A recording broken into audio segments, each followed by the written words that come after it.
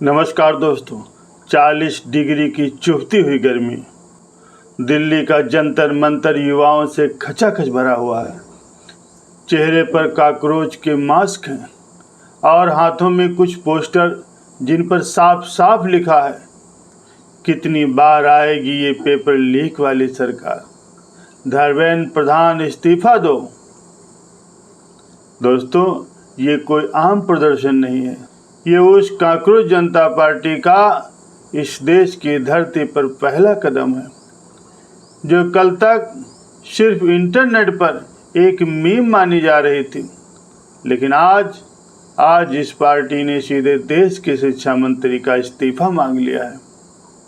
Social media पर 2 करोड़ के followers वाली इस पार्टी के प्रदर्शन में कुल कितने लोग आए?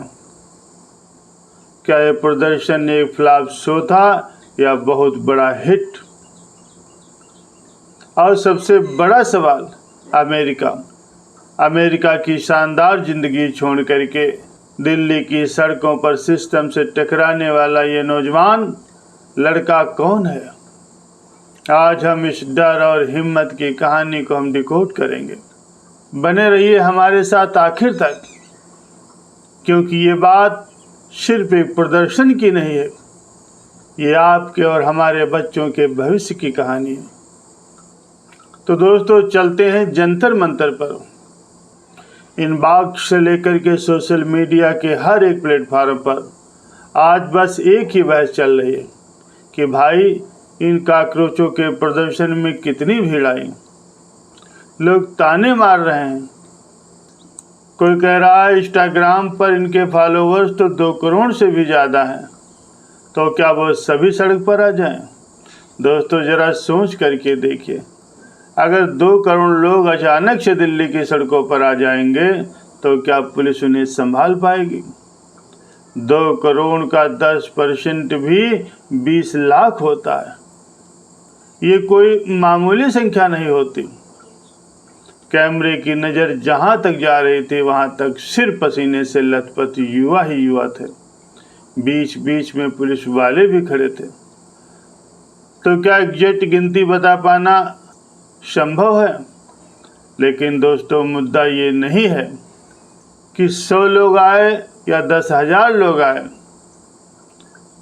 भारत की राजनीति के इतिहास में बड़ी बड़ी पार्टियों की शुरुआत भी 10 या 15 लोगों से ही हुई है। तो जो लोग आज इस प्रदर्शन को महज गिनती के बोल करके फ्लॉप साबित करने की कोशिश कर रहे हैं, उन्हें ये समझना होगा कि असल बात गिनती की नहीं बल्कि हिम्मत की है। और दोस्तों, मैं हिम्मत क्यों कर रहा हूँ? क्योंकि 2014 के बाद से इस देश की राजधानी दिल्ली में आंदोलन करना एक संगीन अपराध जैसा बन गया है। आपको याद होगा कि कैसे किसानों को आतंकवादी कह दिया गया था। वो कड़ाके की ठंड, वो बारिश और गर्मी में दिल्ली की सीमाओं पर भी वो किसान बैठे रहे, लेकिन उन्हें अंदर नहीं जाने दिया गया। सड़कों पर कीले बिछा दी गई और अंत में प्रधानमंत्री को कृषि कानून वापस लेने पड़े और उन्हें माफ़ी भी मांगनी पड़ी। लेकिन क्या दमन रुका? बिल्कुल नहीं। दोस्तों, नागरिकता कानून को लेकर के युवाओं ने आंदोलन किया था तो उन पर दंगा भड़काने का आरोप लगा दिया गया। उमर खालिद, शकूरा जरगर, मीरान हैदर जैसे कई युवाओं की ज़िंदगी जेल की सलाखों के पीछे कैद कर दी गई। कईयों को तो सालों तक जमानत भी नहीं मिली।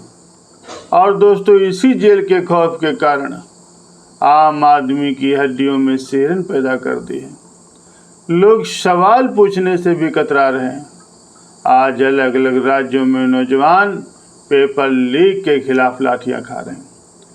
कोई जरा सा भी विरोध करता है तो उसे उठा करके अंदर डाल दिया जाता है। इसीलिए तो मैं कह रहा हूँ, जंतर मंतर पर अगर कुछ 100 युवा भी बिना डरे अपनी मर्जी से सरकार के खिलाफ खड़े हैं तो ये अपने आप में एक बहुत बड़ी क्रांति है। दोस्तों, अभिजीत द्वीप के अमेरिका में रह रहा था। चाहता तो वहीं अपना शानदार करियर बना सकता है, डॉलर कमा सकता है, आराम से रह सकता है, लेकिन उसने बाकायदा ट्वीट करके ये ऐलान कर दिया कि वो भारत आ रहा है, सिर्फ इस प्रदर्शन को लीड करने के लिए। जरा सोच करके देखिए, आज के दौर में किसी भी आंदोलनकारी को चुटकियों में एंटी नेशनल का टैग दे दिया जाता है।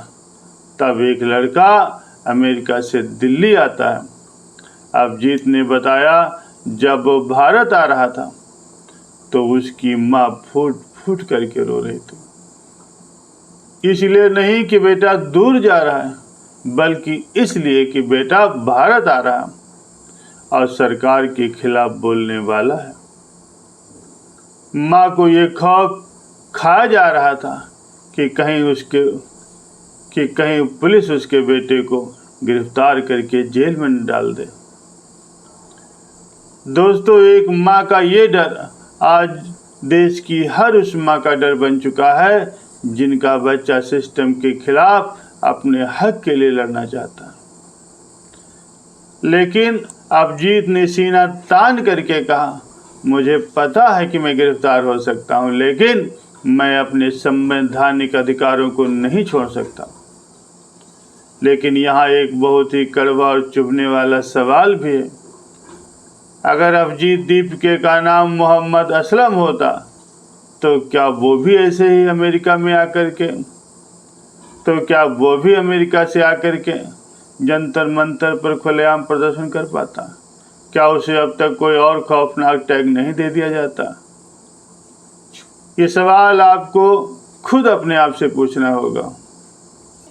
दोस्तों, भारत की इंटायर पॉलिटिकल हिस्ट्री में शायद ये पहली बार हो रहा है कि स्कूल और कॉलेज के बच्चे सीधे देश के प्रधानमंत्री को चैलेंज कर रहे हैं। वो आंखों में आंखें डाल करके कह रहे हैं, सर आपका सिस्टम गलत है। और हमारे प्रधानमंत्री जी बिल्कुल चुप हैं। शिक्षा मंत्री धर्मेंद्र प्रधान के इस्तीफे की मांग हो चुकी है। और याद रखिए, अगर आज हालात नहीं सुधरे तो कल प्राइमरी स्कूल के बच्चे भी अपना हिसाब मांगने सड़कों पर उतर आएंगे।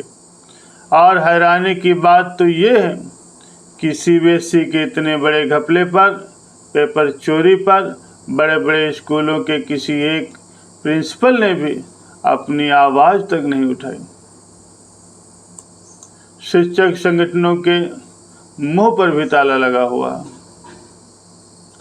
आज ईडी और सीबीआई के डर से बड़े बड़े नेता भी कांप रहे हैं। बेशर्मों की तरह अपनी पार्टियां तोड़ करके सत्ताधारी दल की गोद में जाकर के बैठ गए। गोदी मीडिया के पत्रकार सीना तान करके कहते हैं कि मोदी साहब जब चाहेंगे किसी भी पार्टी के सांसद को तोड़ लेंगे। और ऐसे डरावने माहौल में एक कांकरोच जनता पार्टी खड़ी होती है जो युवाओं का ये डर भूलना सिखा रही है। दोस्तों, इस प्रदर्शन के दौरान इंस्टाग्राम पर एक बहुत ही दिलचस्प पोस्टर वायरल हुआ। उस पोस्टर पर लिखा था, प्रिय काकरोचों, गोदी मीडिया आपसे बात करने की कोशिश करेगी, लेकिन आपको उकसा करके कुछ आपके मुंह से ऐसा कहलवाना चाहेगी जिससे इस प्रदर्शन को बदनाम किया जा सके। कमाल है, देश का युवा मीडिया की चालबाजी को समझ चुका है। गोदी मीडिया ने आंदोलनकारियों को देश विरोधी बताया था। नतीजा अब ये है कि आंदोलनकारी खुद गोदी मीडिया के विरोधी हो गए। और ध्यान रखिए, ये असली लड़ाई सिर्फ गोदी मीडिया या पेपर लीक के खिलाफ नहीं है। असली लड़ाई तो उस कैंसर से है जिसने हमारे समाज को अंदर तक खोखला करके रख दिया, और वो है सांप्रदायिकता। अभिजीत ने बहुत पते की बात कही है कि पिछले 10 साल से सिर्फ हिंदू मुस्लिम चल रहा है। युवाओं को बस इसी में फंसा करके रखा गया है। क्या हिंदू मुस्लिम करने से इस देश में किसी को नौकरियां मिल गई? बिल्कुल नहीं। जब तक भारत का लोकतंत्र इस सांप्रदायिकता के जहर से मुक्त नहीं होगा, तब तक वो पेपर लीक, बेरोजगारी जैसी बीमारियों से कभी भी आज़ाद नहीं हो सकता। जिस देश की जवानी गलियों में इनकाउंटर की मांग करती घूमेगी, वो अपने अधिकारों की मांग भला कैसे करेंगी? अब आप में से बहुत से लोग सवाल पूछेंगे कि भाई, इस कांग्रेस जनता पार्टी को पुलिस ने प्रोटेस्ट करने की परमिशन कैसे दे दी? बिल्कुल जायज़ सवाल है, क्योंकि पिछले साल प्रदूषण के खिलाफ आवाज़ उठाने वाले 22 युवाओं को तो तुरंत जेल में डाल दिया गया था। कुछ लोग तो ये भी पूछ रहे हैं कि क्या इसके पीछे कोई सरकार की ही चाल है, या आरएसएस है, या कोई पुरानी पार्टी है? दोस्तों, आप ये सारे सवाल पूछिए। लोकतंत्र में सवाल पूछना ही सबसे बड़ी ताकत होती है। किसी भी राजनीतिक संगठन के बनने से पहले दर्जनों सवाल पूछने चाहिए, लेकिन इन सवालों के शोर में इस बड़ी बात को दबने मत दीजिए कि दिल्ली के जंतर मंतर पर एक अरसे के बाद युवाओं का एक ऐसा हुजूम इकट्ठा हुआ जिसने बिना डरे सरकार के खिलाफ नारेबाजी की। आज मुद्दा परीक्षा का है, कल शिक्षा का होगा। शिक्षा का मतलब सिर्फ कॉलेज की सुंदर इमारतें और स्मार्ट बोर्ड नहीं। शिक्षा का मतलब है सही और गलत के बीच फर्क समझने की हिम्मत। दोस्तों, आज के कोर्ट का हाल देख लीजिए। मद्रास हाई कोर्ट के एक जज को अपने फैसले में ये कहना पड़ा कि अगर फैसले यूं ही सालों तक अटके रहे तो हमारा देश भी तानाशाही की गोद में चला जाएगा। आज लोकतंत्र का दायरा हर तरफ से बहुत छोटा किया जा रहा है। लोगों को जानबूझ करके डरपोक बनाया जा रहा है। ऐसे भयानक सन्नाटे के बीच अगर कुछ 100 युवा भी सड़कों पर आकर के हुंकार भर रहे हैं तो ये बहुत बहुत बड़ी बात है। सवाल ये नहीं होना चाहिए कि प्रदर्शन में कितने लोग आए। सवाल ये होना चाहिए कि जब जनता बोलती है तो सरकार क्यों नहीं सुनती? दोस्तों, अगर आपको ये लगता है कि इन युवाओं की आवाज़ में दम है और ये सवाल आपके घर के बच्चों से जुड़े हुए हैं, तो इस वीडियो को हर उस इंसान तक पहुंचाइए जो आज भी डर के मारे चुप बैठा है। कमेंट करके मुझे बताइए कि आपको क्या लगता है, क्या इस डर की राजनीति का अंत अब निकट आ गया है? हमारे चैनल को सब्सक्राइब करना मत भूलिए, क्योंकि सत्ता से सवाल पूछना बहुत ज़रूरी है। आखिर आप कब तक डरते रहोगे? नमस्कार दोस्तों, जय हिंद।